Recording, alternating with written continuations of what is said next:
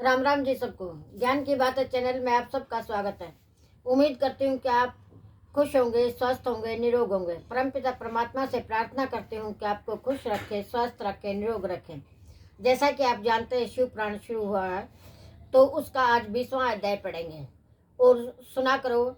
अगर टाइम नहीं है तो फ़ोन में चला के छोड़ दो, इससे घर की वाइब्रेशन पॉजिटिव होती है, नेगेटिविटी दूर होती है। आज है 20वां अध्याय। ऋषि बोले, व्यास शिष्य महाभाग सुत जी, आपको नमस्कार है। आपने हमें भगवान शिव की बड़ी अद्भुत और परम पावन कथा सुनाई है। दयानिधे ब्रह्म और नारद जी के अनुसार आप शिव पूजन की विधि बताइए, जिससे भगवान शिव संतुष्ट होते हैं। ब्राह्मण, क्षत्रिय, वैश्य, शूद्र सभी शिव की पूजा करते हैं। वह पूजन कैसे करना चाहिए? व्यास जी के मुख से इस विधि को इस प्रकार सुनो और सुनाइए और बताइए। महर्षियों का कल्याणप्रद एवं श्रुति सम्मत वचन सुनकर सुत जी ने मुनियों के प्रश्न के अनुसार प्रसन्नता पूर्वक सारी बातें बताई। सुत जी बोले, मुनीश्वर, आप बहुत ही आपने अच्छी बात पूछी है, परंतु रहस्य की बात है। मैंने इस विषय को जैसे सुना है, जैसे मेरी बुद्धि है, उसके अनुसार आज मैं कह रहा हूँ। जैसे आप लोग पूछते हैं उसी तरह पूर्व काल में व्यास जी ने सनत कुमार जी से पूछा था, फिर उसने उपमन्यु से सुना था। व्यास जी ने शिव पूजन आदि से जो विषय सुना था, उसे सुनकर उन्होंने लोक की कामना से मुझे पढ़ा दिया। इस विषय को भगवान श्री कृष्ण ने महात्मा उपमन्यु से सुना था। पूर्व काल में ब्रह्मा जी ने नारद जी ने इस विषय में कुछ कहा था, वह मैं कहूँगा। ब्रह्मा जी ने कहा, नारद, मैं संक्षेप से लिंग पूजन की विधि बता रहा हूँ, सुनो। जैसा पहले कहा गया है, वैसा जो भगवान शंकर का सूक्ष्म, निर्मल एवं सनातन रूप है, उसका उत्तम भक्ति भाव से पूजन करें। समस्त मनोवांछित फल की प्राप्ति होती है। दरिद्रता, रोग, दोष, दुख, शत्रु जनित पीड़ा, ये 4 प्रकार के पाप नष्ट होते हैं। जब तक मनुष्य भगवान शिव का पूजन नहीं करता, भगवान शिव की पूजा होते ही सारे दुख विलीन हो जाते हैं, समस्त सुखों की प्राप्ति होती है। तत्पश्चात समय आने पर उपासक की मुक्ति भी होती है। जो मानव शरीर का आश्रय लेकर मुख्यतः संतान सुख की कामना करता है, उसे चाहिए कि वह संपूर्ण कार्य और मनोरथों के साथ ही महादेव की पूजा करे। ब्राह्मण, क्षत्रिय, वैश्य और शूद्र भी संपूर्ण कामनाओं तथा प्रयोजनों की सिद्धि के लिए क्रम से विधि के अनुसार भगवान शंकर की पूजा करें। प्रातःकाल ब्रह्म मुहूर्त में उठकर गुरु व शिव का स्मरण करके तीर्थ का चिंतन एवं भगवान विष्णु का ध्यान करें। फिर मेरा देवताओं का, मुनि आदि का स्मरण चिंतन करके स्तोत्र पूर्वक शंकर जी का विधि पूर्वक भास ले, नाम ले। उसके बाद शैया से उठकर निवास स्थान से दक्षिण दिशा में जाकर मल त्याग करें।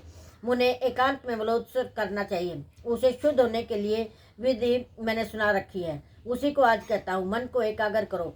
ब्राह्मण गुदा की शुद्धि के लिए 5 बार शुद्ध मिट्टी का लेप करें और क्षत्रिय 4 बार, वैसे 3 बार, शूद्र 2 बार। विधि पूर्वक गुदा की शुद्धि के लिए उसमें मिट्टी लगाएं। लिंग में भी 1 बार प्रयत्न पूर्वक मिट्टी लगाना चाहिए। तत्पश्चात बाएं हाथ में 10 बार, दोनों हाथ में 7 बार मिट्टी लेकर लगाकर धोएं। प्रत्येक पैर 3-3 बार मिट्टी लगाएं, फिर दोनों हाथों में मिट्टी लगाकर धोएं। स्त्रियों को शूद्र की ही भांति अच्छी तरह मिट्टी लगानी चाहिए।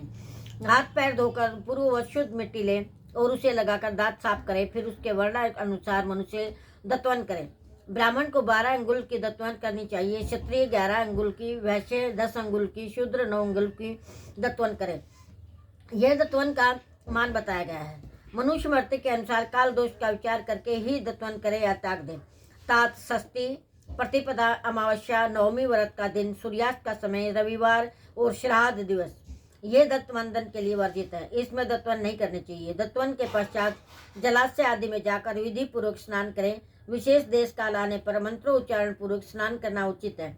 स्नान के पश्चात पहले आचमन करके धुला हुआ वस्त्र धारण करें। फिर सुंदर एकांत स्थल में बैठकर संध्या विधि का अनुष्ठान करें।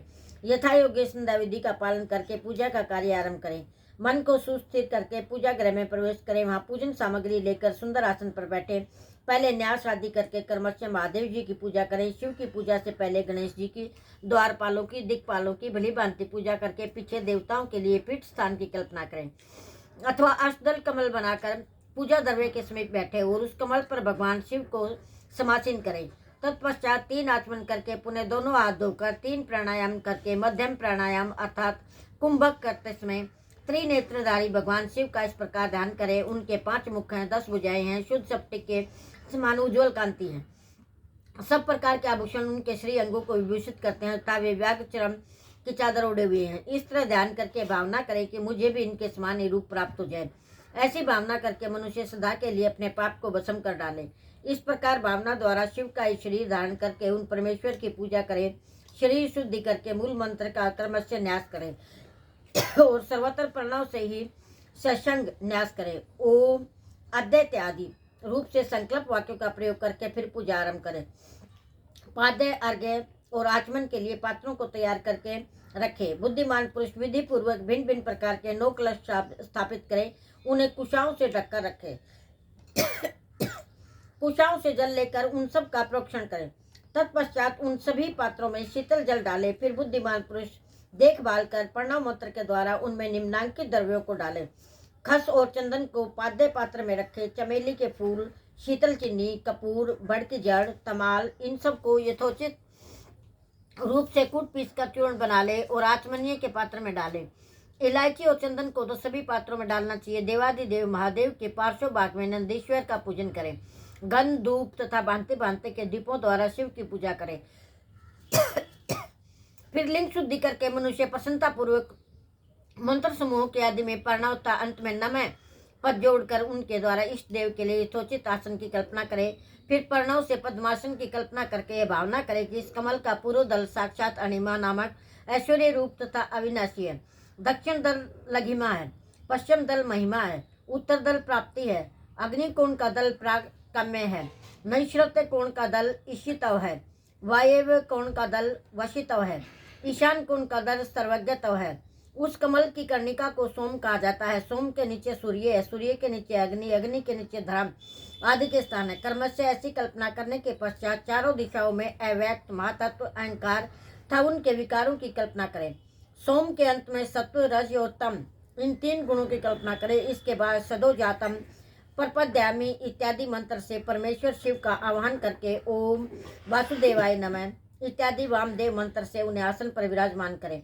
फिर ओम तत्पुरुषाय विद्महि इत्यादि रुद्र गायत्री इष्ट देव का सानिध्य प्राप्त करके उन्हें अघोरे भयवत इत्यादि अघोर मंत्र से निरुद्ध करें।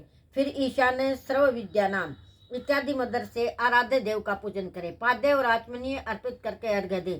तत्पश्चात गंध और चंदन मिश्रित जल से विधि पूर्वक रुद्र देव को स्नान कराए। फिर पंचगव्य निर्माण की विधि से पाद्य द्रव्यों की एक पात्र में लेकर पर्णों से अभिमंत्रित करके उन मिश्रित गव्य पदार्थों द्वारा भगवान को नहलाए। तत्पश्चात पृथक पृथक दूध, दही, मधु, गन्ने का रस, घी से नहलाकर समस्त अभिष्टों के दाता हितकारी पूजनीय महादेव जी का प्रणव के उच्चारण पूर्वक पवित्र द्रव्यों द्वारा अभिषेक करें। पवित्र जल पात्रों में मंत्रों उच्चारण पूर्वक जल डाले। डालने से पहले साधक श्वेत वस्त्र से उस जल को यथोचित रीति से छान ले। इस जल को तब तक दूर न करे जब तक इस देव को चंदन न चढ़ा ले। तब सुंदर अक्षतों द्वारा प्रसन्नता पूर्वक शंकर जी की पूजा करें। उनके ऊपर कुश, अपामार्ग, कपूर, चमेली, चंपा, गुलाब, श्वेत, कनेर, बेला, कमल, उत्पल आदि भांति भांति के अपूर्व पुष्प एवं चंदन आदि चढ़ाकर पूजा करें। परमेश्वर शिव के ऊपर जल की धारा गिरती रहे, इसकी भी व्यवस्था करें। जल से भरे भांति भांति के पात्रों द्वारा महेश्वर को नहलाए। मंत्रोच्चारण पूर्वक पूजा करनी चाहिए, वह समस्त फलों को देने वाली होती है।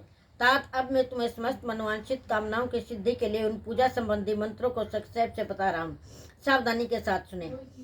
पाव पावन मंत्र से, वांग्मय इत्यादि मंत्र से, रुद्र मंत्र से, नील रुद्र मंत्र से, सुंदर एवं शुभ पुरुष श्री शुक्त से सुंदर अर्थव शीर्ष के मंत्र से, आनुभद्रा इत्यादि शांति मंत्र से, शांति संबंधी दूसरे मंत्रों से, बारुंड मंत्र और अरुण मंत्रों से, अर्थाभिशाम तथा देवर्थ शाम से, अभित्वा इत्यादि रथंत्र शाम से, पुरुष युक्त मृत्युंजय मंत्र से, पंचाक्षर मंत्र से पूजा करें। 1 सहस्त्र अथवा 100 जलधाराएं गिराने की व्यवस्था करें। ये सब वेद मार्ग से अथवा नाम मंत्रों से करना चाहिए। तदंतर भगवान शंकर के ऊपर चंदन और फूल आदि चढ़ाएं। पर्णों से ही मुखवास आदि अर्पित करें। इसके बाद जो सप्टिक मणि के समान निर्मल, निष्कल, अविनाशी, सर्वलोक कारण, सर्वलोकमय परम देव है, जो ब्रह्मा, रुद्र, इंद्र और विष्णु आदि देवताओं की भी दृष्टि में नहीं आते, वेद वेता विद्वानों ने जिन्हें वेदांत में मन वाणी के गोचर बताया है, जो आदि मध्य और अंत से रहित तथा समस्त रोगियों के लिए औषध रूप हैं, जिनकी शिव तत्व के नाम से ख्याति है तथा जो शिवलिंग के रूप में प्रतिष्ठित है, उन भगवान शिव का शिवलिंग के मस्तक पर प्रणव मंत्र से पूजन करें।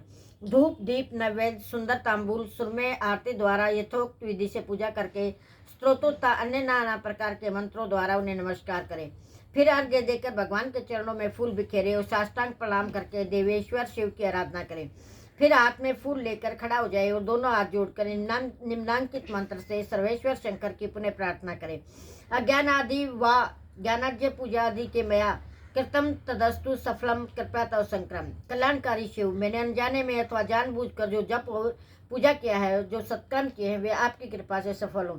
इस प्रकार पढ़कर भगवान शिव के ऊपर प्रसन्नता पूर्वक फूल चढ़ाए, स्वस्ति वाचन करके नाना प्रकार की आशी प्रार्थना करें। फिर शिव के ऊपर मार्जन करना चाहिए। मार्जन के बाद नमस्कार करके अपराध के लिए क्षमा प्रार्थना करते हुए पुनरागमन के लिए विसर्जन करना चाहिए। इसके बाद अध्याय से आरंभ होने वाले मंत्र का उच्चारण करके नमस्कार करें।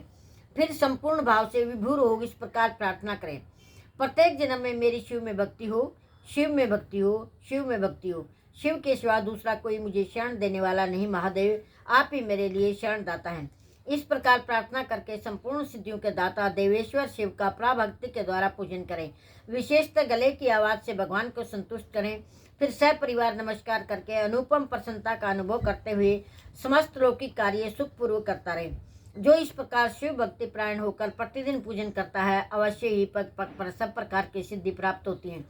वह उत्तम वक्ता होता है और उसे मनोवांछित फल की निश्चय प्राप्ति होती है। रोग, दुख, दूसरों के निमित्त से होने वाला उद्वेग, कुटिलता तथा विष आदि के रूप में जो जो कष्ट उपस्थित होता है, उसे कल्याणकारी परम शिव अवश्य नष्ट कर देते हैं।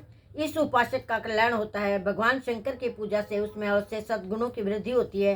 ठीक उसी तरह जैसे शुक्ल पक्ष में चंद्रमा बढ़ते हैं। मुनि श्रेष्ठ नारद, इस प्रकार मैंने शिव जी की पूजा का विधान बताया। अब तुम क्या सुनना चाहते हो? कौन सा प्रश्न पूछने वाले हो? बस आज के वीडियो में इतना ही। लाइक करें, शेयर करें, सब्सक्राइब करना ना भूलें और कमेंट करना भी ना भूलें। राम राम जी।